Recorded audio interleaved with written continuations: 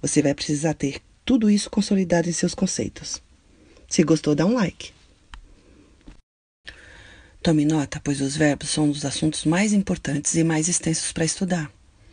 Como já dissemos, eles são palavras variáveis, pois podem ter flexão de gênero, número, grau. Ele expressa um processo que se passa no tempo. Por exemplo, uma ação. Eles comeram o bolo. O verbo é comer. O verbo ainda pode expressar um estado do sujeito. O menino está nervoso. Pode expressar também uma mudança de estado do sujeito. O idoso ficou furioso. E ainda, os verbos podem expressar fenômenos da natureza, como, por exemplo, choveu muito ontem. Tem muita coisa para ver sobre verbos. E a gente vai ver lá na frente a flexão de tempos, modos, número, porque eles podem expressar também a existência. Por exemplo, havia 2 meninos no galpão. Desejo, quero ser aprovado no vestibular. Aí, no caso, o verbo é o quero. E o ser.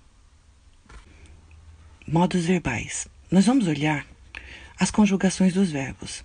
Nos modos verbais, no presente do indicativo, você tem um falante, um ouvinte, de quem se fala e a quem se fala.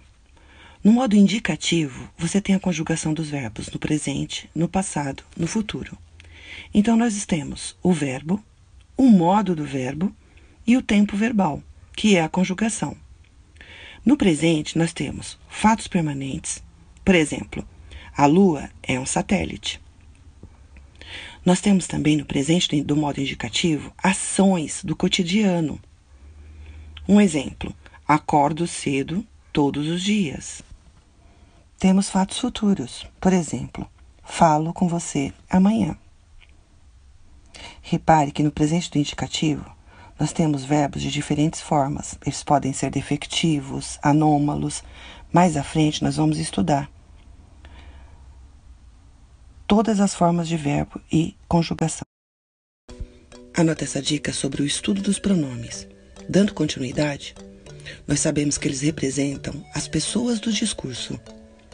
Os pronomes pertencem à classe de palavras variáveis, pois se flexionam em gênero, masculino e feminino, em número, singular e plural, e em pessoa. Vamos dar uma olhada. Os retos, no singular, da primeira, segunda e terceira pessoa, são eu, tu, ele e ela.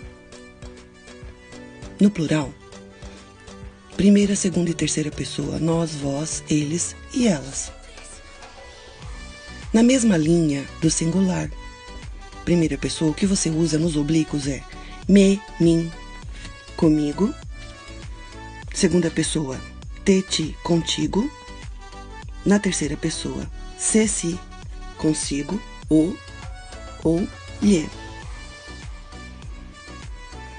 Repare a relação entre a primeira pessoa do singular do reto e a primeira pessoa do singular no oblíquo. É o que você vai usar para cada pessoa. No plural nós temos nós, nos, conosco. Segunda, vós, vos, convosco. Terceira, elas e eles. Se, si, consigo, os, as, lhes. Na nossa próxima aula, nós vamos dar uma olhada nos pronomes pessoais reflexivos. Não esqueçam que eles representam ou acompanham o substantivo. Também fazem referência a outros elementos do discurso. Pronomes parte 2. Tome nota.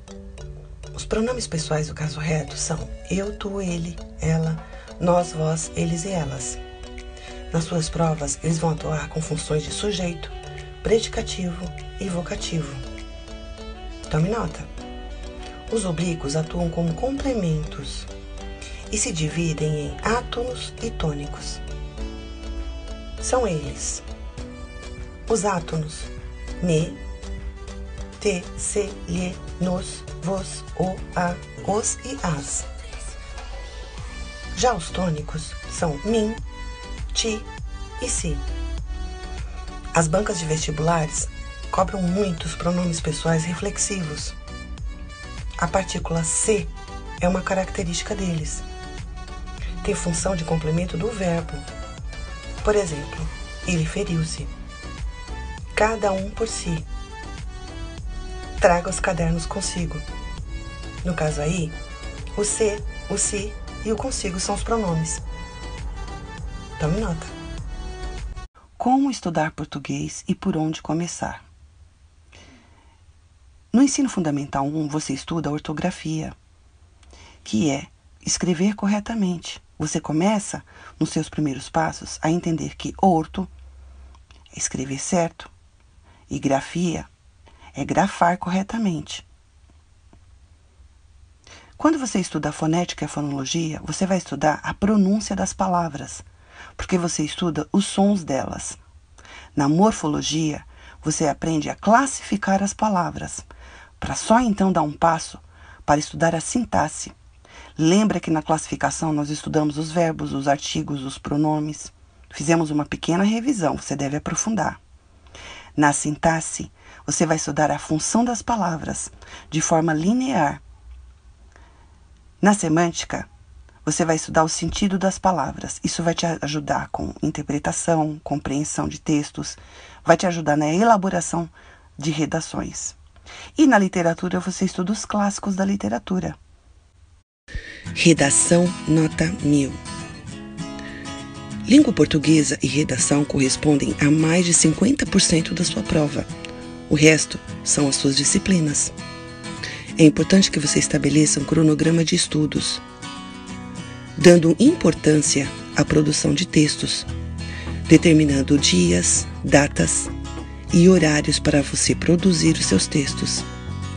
E qual é a importância da redação na sua vida? Se você vai prestar vestibular, ou se um dia você se dispuser a prestar um concurso, o que vai mudar é a proposta da banca. Os temas serão de interesse da banca, mas a estrutura e os conhecimentos técnicos e científicos você vai levar para o resto da vida. Quem escreve uma boa redação consegue escrever bem para o resto da vida. Um texto dissertativo argumentativo vai acumular conhecimentos em que você vai desenvolver qualquer tipo de texto depois. Programar a escrita do seu texto é importante e obedecer a uma estrutura simples. Introdução, em que você vai colocar a sua tese. O desenvolvimento, em que você vai confirmar e argumentar a sua tese. E a conclusão, em que você faz uma intervenção e dá uma solução. Redação primeiros passos. Vamos dar uma olhada sobre a dúvida mais frequente dos alunos, que é o título da redação. Ele é opcional, ele é obrigatório? Depende da banca. Por exemplo, de acordo com o Manual de Redação do Enem, o título é opcional, mas ele conta como linha escrita. O título deve ser uma síntese do seu texto e deve ter relação com o texto. Lembre-se de colocar o título ao final da produção de sua redação. Lembre também que não se coloca ponto final no título. Professora, se eu errar uma palavra, o que eu faço? Faça uma linha horizontal ao longo da palavra. Mantenha a organização e a limpeza do seu texto.